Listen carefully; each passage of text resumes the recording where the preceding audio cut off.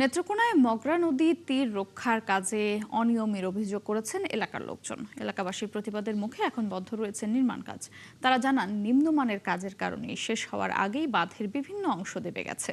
নির্মাণ কাজের গুণগত মান যাচাই করে দায়ীদের বিরুদ্ধে ব্যবস্থা নেওয়ার দাবি তাদের। অন্যদিকে এলজিইডির আশ্বাস, সব ত্রুটি সংশোধন করেই প্রকল্প বুঝিয়ে দেওয়া হবে। মির্জা হৃদয় সাগরের তথ্য ছবিতে প্রতিবেদন।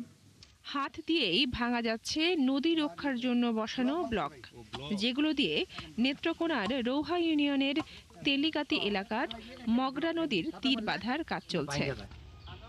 আর এই ভিতরে কিছু নাই, সার বলতে কিছু নাই।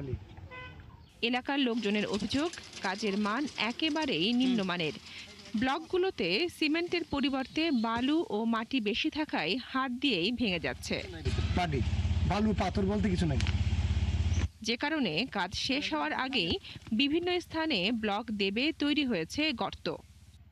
এইদিকে কাজ শেষ হয়েছে, ওইদিকে কাজ চলতেছে। এর মাঝে আমাদের যে ব্লকগুলা সবগুলো দেখেন গর্ত গর্ত হয়ে গেছে, ওইদিকে ভেঙে গেছে।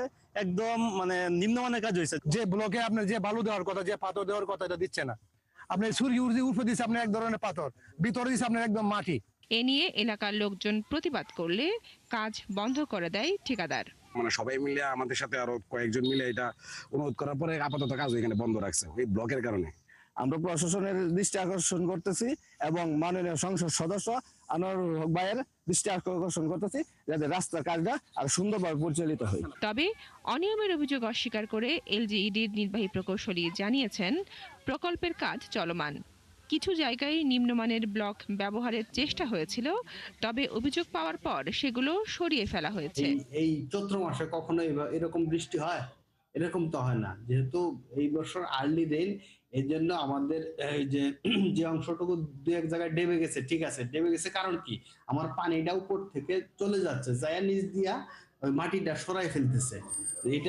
এইটা যখন হয়ে যাবে, মানে ব্লকটা যখন সেটিং হয়ে যাবে, তখন আর এটা হওয়ার সুযোগ নাই। নির্মাণাধীন ২,৪৫০ মিটার রাস্তার মধ্যে ৮৫০ মিটার এলাকায় নদীর ভাঙন রক্ষায় ব্লক স্থাপন করা হচ্ছে।